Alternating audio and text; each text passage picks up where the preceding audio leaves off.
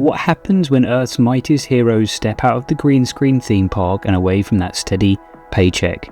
Without a cape or a hammer, their artistic choices get desperate.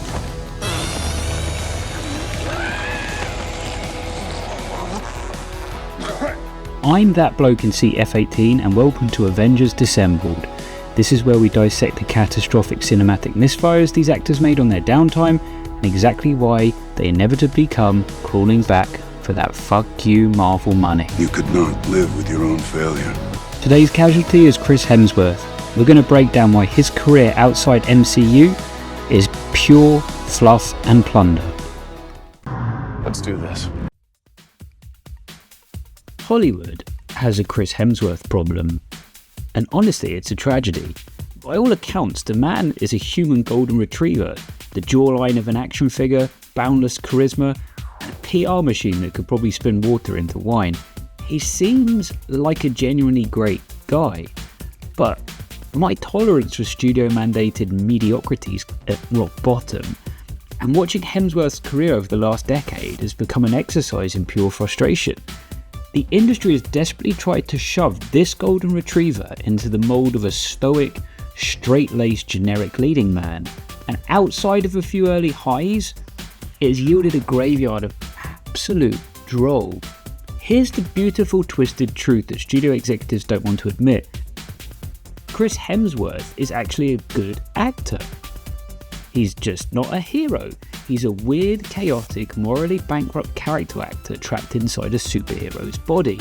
And the second the director lets him drop the hero act and play the villain, the dirtbag, he becomes one of the best parts of modern cinema.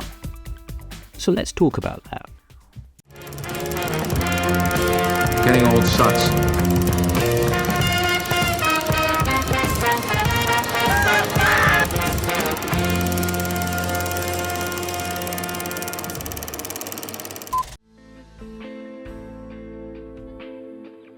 To understand the problem, we're going to have to address the elephant in the room, and that's Thor.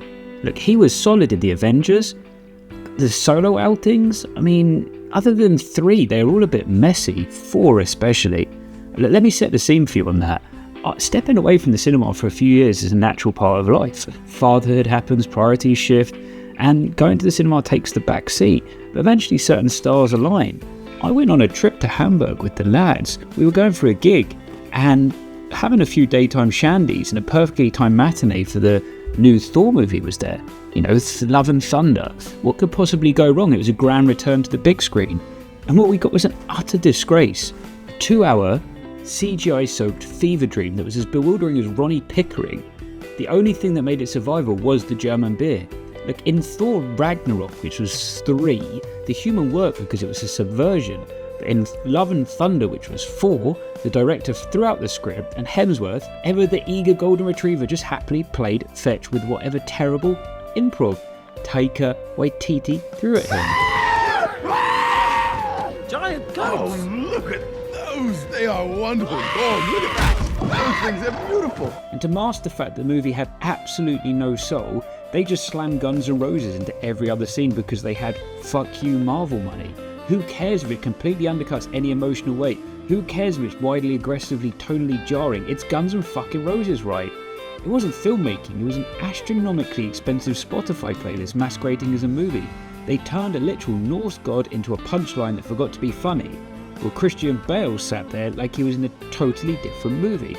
Oh, the axe. Don't call the axe when you call the dentist. Oh, the axe. But look, it's not just Marvel. There's a solid period where Hollywood decided Chris Hemsworth's name alone could get movies made, regardless of quality. We got the culturally invisible cash grabs like Men in Black International. Did that movie actually happen, or is it a collective hallucination? Who knows, nobody saw it. We got whatever that off Snow White thing was with The Huntsman, where an insanely overqualified cast stood around looking confused. We got Michael Mann's worst film of modern times, Black Hat. We got Joseph Kosinski's biggest misfire with Spiderhead.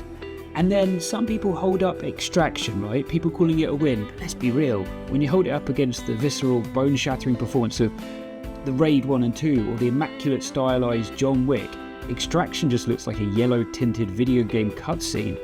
There's a gazillion high-quality action films doing exactly what they did, but better.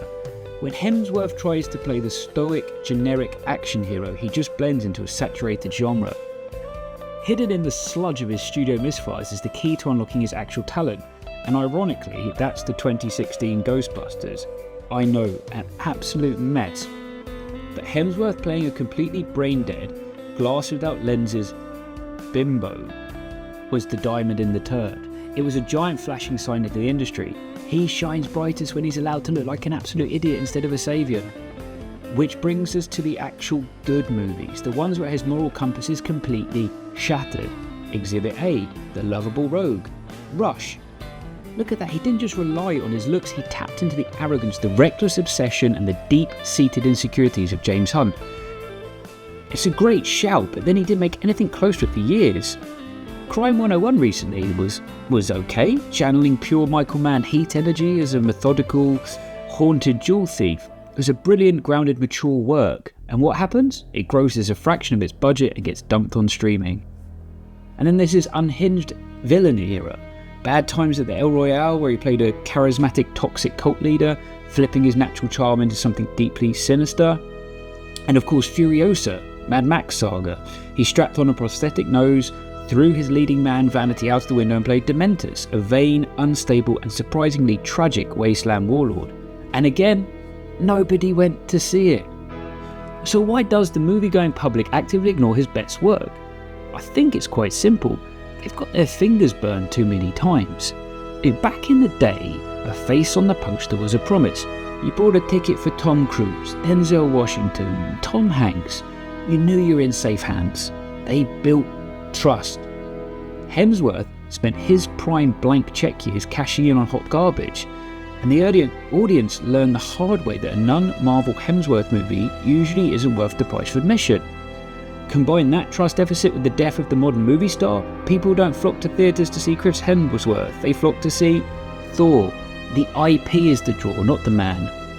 And frankly, the general audience has a massive case of cognitive dissonance. They don't want the golden retriever to bare its teeth, they just want it to play fetch. If you strip away the Marvel safety net, his actual box office record is a bloodbath in the heart of the sea, Black Hat, even Furiosa. They're all massive theatrical flops.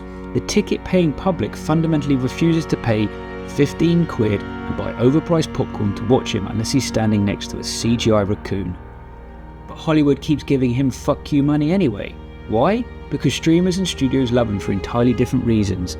To Netflix, his superhero jawline is the ultimate algorithmic hook to stop you from scrolling past and cancelling your subscription. And to the traditional studios, he's the ultimate PR weapon. He'll charm the absolute pants off any journalist and look immaculate on a magazine cover, making a fundamentally flawed movie incredibly easy to market. He's essentially a perfectly engineered sports car that looks incredible in the showroom but breaks down the second you try to drive it off the lot. Hollywood keeps paying for the showroom appeal, but the ticket-paying audience stopped buying the car years ago. Look, the depressing reality is that when Hemsworth actually flexes his dramatic chops, the general audience ignores it, and that's where the frustration comes from. Not hate, frustration, because the potential is right there on the screen. He's infinitely more captivating with his moral compass broken, and he's entirely too interesting to just play a straight-laced god. We'll see if he survives the upcoming Avengers movies, and then if he can actually make an interesting entry out of Thor 5 if it happens, or is he just doomed to stay trapped in the theme park ride forever? Look, he's not the only one suffering from this.